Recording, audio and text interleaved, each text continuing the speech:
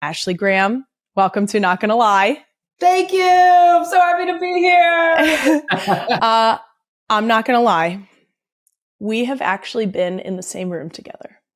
Okay. Was it really? Did we talk? Did we interact? No, we did not. Was it at a Sports Illustrated party or something? It was not. It was at Alberta Ferretti. Oh, at the runway show?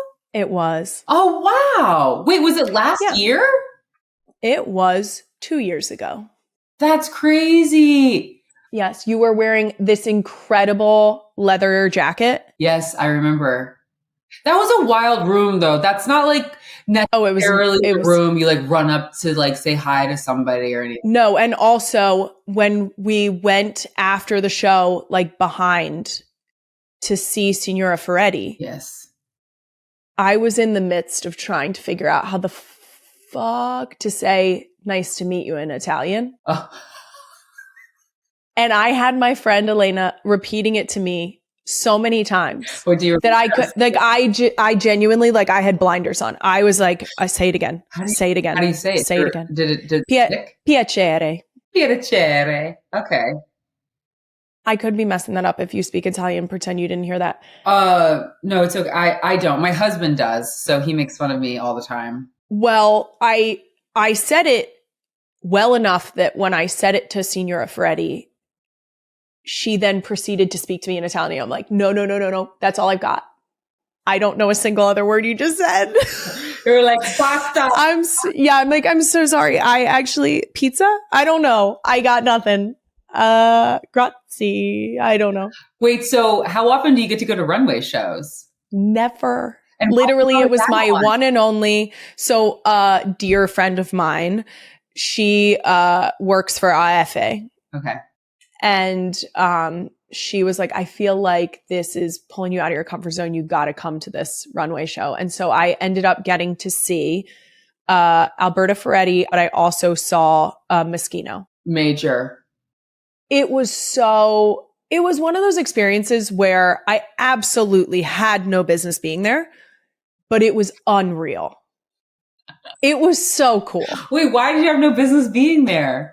I am the least fashionable person you will ever meet in your entire life. Really? I wear athleisure every single day of my life. Every single day of my life. You wear a sports bra every day? Yes, I do. Do you ever feel like, I just want to put on like a bra? Well, here's a fun fact. Can't wait. Between children. Oh, yeah. Which you've had a lot in a short amount of time. Yeah. And prior to children, I was part of the Itty Bitty Titty Committee. Some would say I was the president. Oh, like, are we like talking like, is that you, Kylie? Yes. Okay. That's me. I was told in 6th grade that I was so flat I was jealous of the wall. Terrible. So there's that. And I'm laughing with you. Yeah. No, so what I did have between breastfeeding children, it made it clear that had left as well. And so I could literally I'm breastfeeding right now. Oh, because you just had a baby this year. I did. She's 6 months old. Oh, your baby. I know. Okay. But it got to a point where when I put on a regular bra and raised my arms, I actually had nothing to sit in the cup to keep the bra down. Oh, okay. The visual. And you're like taking me through. You're welcome. These are things that I've never had to think about before. What happens when you're done breastfeeding? You just get pregnant and then you're like on to the next thing. Oh, I have 4 children. You watch. My uterus will hear you. Right? No. Are you guys done? Are you like going? Are you like gonna? I don't know. I mean, I'm 6 months postpartum. I think that I'm done. I think. Wow. I never want to say no because then I feel like the universe is going to hear me. And then I'm going to sneeze and get pregnant. Like, you know, those people that are like, I'm going to go into, because you have 4 girls, right? Yes, I do. Like, I'm going to go into the boy, which is. Don't worry. I'm going to ask you about that because I do want to know if you receive it on the opposite side. Yes, I do. That's why I'm asking you because I know you should have the answers. It's so dumb. I know. It is dumb, but it's also like, I get it because I think sometimes people don't know what to talk to you about. Especially the ones who don't have kids. You know, if you don't have kids or if you only have one kid, you're curious about people who have multiples. Yes. You know, because it is a curious conversation. And yes, it's a sight to be seen over here. That's for sure. I also think that it's a tough question. It is made harder by the fact that, do you think we haven't thought of that? Do you think we haven't thought to ourselves, like, what it would be like to have the opposite gender in our house? Yeah.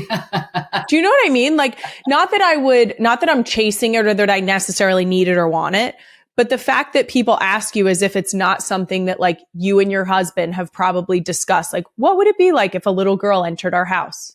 That's the thing that when people say, "Oh, do you want a girl?" I'm like, "Yeah, I want a girl, but we're done having kids." Like, it's just, we look around sometimes and we're like, there's too many children. Oh, well, you guys are outnumbered. And your twins were second? Yes, they were. So we went from 1 to 3 right away. I never know what it was like to have 2. Anybody that ever complains to me about having 2, I'm like, I don't know what you're talking about. Sorry, can't help you. Yeah. We can't commiserate. I've never felt that. This is why I do have a question about this for you, because I am curious. People say when you go from 3 to like 1 to 3, or no, 1 to 2 is wild. And then 4, after 3, when you go to 4, that it's just as easy or something. I have found that 4 feels very similar to 3. And is it because the younger 3 just all play together and they just do their own thing? Okay. Got it. All right. Now, something I am personally very passionate about is talking about body inclusivity, especially for young girls. Oh, you've got a whole squad. You got very much so. Man. You are the literal model of that. It's been 8 years since your Sports Illustrated cover that made all the headlines. How does it feel now, all these years later, to be known for that and the conversation that came from it? Well, it's a lot of responsibility for sure. And I'm proud to be a part of this community and to be spearheading so many different amazing opportunities as well. It's just still so sad that there's A, not a lot of plus size models, B, plus size, curvy, voluptuous, whatever that word is for people, because everybody likes to be labeled something different. And also the fact that brands, you know, in some cases we're using a lot of curvy models and now aren't. Same with runway, same with advertising, media, whatever. So it's an interesting place to be, having seen like so much work be done and then so much of it still kind of like not sticking for whatever reason. But I don't take my job lightly. I look at anybody who has ever given me their story or a hug or a DM as like a part of my family, in a sense of like, we're in this together. For me, like I always look at everything with my glass half full. And I'm a very positive person. And so I just keep laser focused, move ahead. Don't let the negativity get to me, whether it's the whole industry just saying like, where's the plus size models? Where's the plus size fashion? Guess what? I'm going to go make it. And I'm going to go fill a hole that is just becoming to get bigger and bigger and bigger. Guess what? We're going to go fix the issue. So, and it's really, I mean, it's amazing to know that there is such a major community of women who are banding together. They're underserved, but they're banding together and they're saying, we want fashionable clothes. We want affordable clothes. We want to be looked at as important as we are. And I'm happy to know those women. Now, I, in prepping for this conversation, read a quote of yours that I couldn't love more. You said, "I hate that I constantly have to discuss my body because I don't know any man that has to do that. But what motivates me to continue is that I didn't have someone talking about their body when I was young." Mm-hmm. It's so true. I mean, in any introduction that we have, it's like, at what point have you ever said, "And here comes my big boned friend John"? It's like, what? Or like, "And here's my 46 pant friend Frank." It's like, it just doesn't happen. But when it comes to women, we're constantly judged on our exterior, whether it's our breast size, our waist size, our hip size, whether we have cellulite or not. Are we using Botox and filler? How many hair extensions do you have? And like, did you put makeup on today? It's a constant, never ending exterior judgment that is mind boggling. And, as much as as I want to fight against it. I mean, we all do it. We're in this world of social media that has us constantly flipping and judging ourselves, judging others. And I think that has a lot to do with it. But I'm ready for the day where we don't have to talk about our bodies in a way that's like, you know, that feels so derogatory in a lot of ways, for me, at least. I do think that it feels like women are always put into boxes of like this, you have to go under the label in which the label that was created for you. Yeah. And you having these conversations, you standing up for the idea that we don't need to do that, and that it doesn't need to be negative, mm-hmm. is so important, specifically for a household of 4 girls, because these are girls who I know in my own daily life. I have changed the way that I speak about myself and my own body in front of my own kids. Good. To make sure that I'm giving them an example on an everyday basis of how I can speak positively about my own body, mm-hmm. because I want them to mirror that. And I've seen examples of it, which is incredible, mm-hmm. And exciting. But yeah, that's one of the best things my mom ever did, was she never spoke negatively about herself. So the fact that you already know that you're changing your words in front of your daughters, I mean, that's going to change everything for their future. That makes me feel excited about the fact that because it is, it's right, Kylie. Thank you. It is, but like sometimes it really is like a conscious effort, mm-hmm. to say out loud something more positive than what your brain is telling you. Oh yeah. Especially dressing a postpartum body. I was just going to say, you've been sitting in a postpartum body for 6 years. Like, mm-mm. So have I. My oldest is going to be 6 in January. And it's like, you know, your body completely shifts and changes. And it's almost like, to me, it's almost unrecognizable when I look in the mirror. Yes. And having to shift my mind. And even just, I'm like, golly, what's that advice I give girls all the time? Now, you mentioned labels earlier, things like plus size, full figured, curvy, voluptuous, the list goes on. And you've said before that you don't like being labeled plus size. Mm-hmm. How do you feel about all of these labels? You said it yourself that there's like, everyone has their own preference. Yeah. I think that labels it's a dangerous place to be, in my opinion, especially like I started modeling when I was 12 years old, and to be at that time, I was 5'9", I was a size 12, and they immediately put me in a category of plus size. And I was like, well, what does this mean? And, it marked me. And it told me who I was. And my whole understanding of this world is that if you're going to let people tell you who you are, then that's who you will be. But you have to tell people who you are, because this is a mean and evil world with people who want to dictate labels and want to put you in a box. But it's your job to really figure out who you are and what you want to be, and then command it.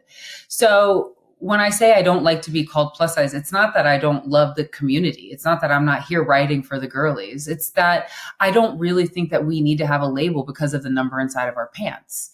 And my skinny girl friends don't do it. My guys friends and business partners don't do it. Why do we need to start doing it just because we are a much more voluptuous, curvy, you know, type of body? Doesn't make sense to me. No, it very much feels like it should just be that. I mean, as women, I think we can acknowledge the fact that the spectrum of women's bodies is it's vast. Like, mm-hmm. everyone, different height, different size, different build. Some people have a bigger butt. Some people have small boobs. That was me. You got the small boobs and I got the big ass. And here we are, girl. Here we are, thriving. You know what? Better for it. Here I am. I always say I could play field hockey better because I had a good range of motion. Nothing was getting in my way. But like, really, it's one of those things where it's like, why can't we just be like, she is a beautiful woman, period. The end, done. Yeah, that's it. I know. It's mind-boggling to me. It's going to be interesting to check back in with you in about 10 years when your girls are, you know, wanting to put on makeup and put on clothes and all that stuff. Because I remember going through that. Like, I remember wanting to show my midriff off and you know, pull my boobs out and do that, and trying trying to explain to a girl that your worth is not wrapped up in your exterior, but here we are. Like, I'm a model. It just so happens that my worth is wrapped up. My job is wrapped up in my exterior.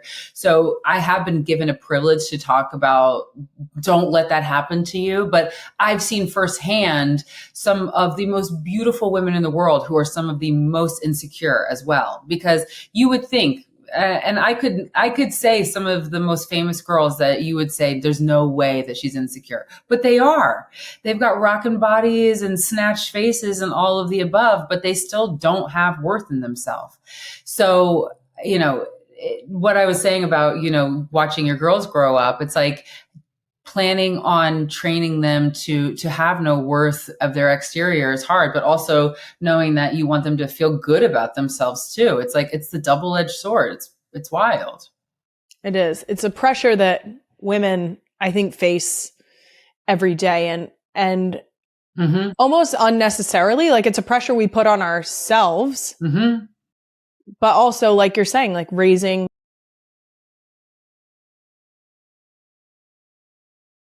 girls, I feel an immense pressure to steer them in a way where they can have pride in their appearance, take pride in their appearance, but also not invest all of their worth in it. Exactly. So it's hard. I can't imagine raising. It's going great. I'm going to keep saying that till I believe it. I'm okay. Now, I'd love to switch gears a little and talk to you about fashion and modeling. As a supermodel, you, of course, walk down some of the most prestigious runways in the world. So as a sports fan and not a model, do you do anything to psych yourself up?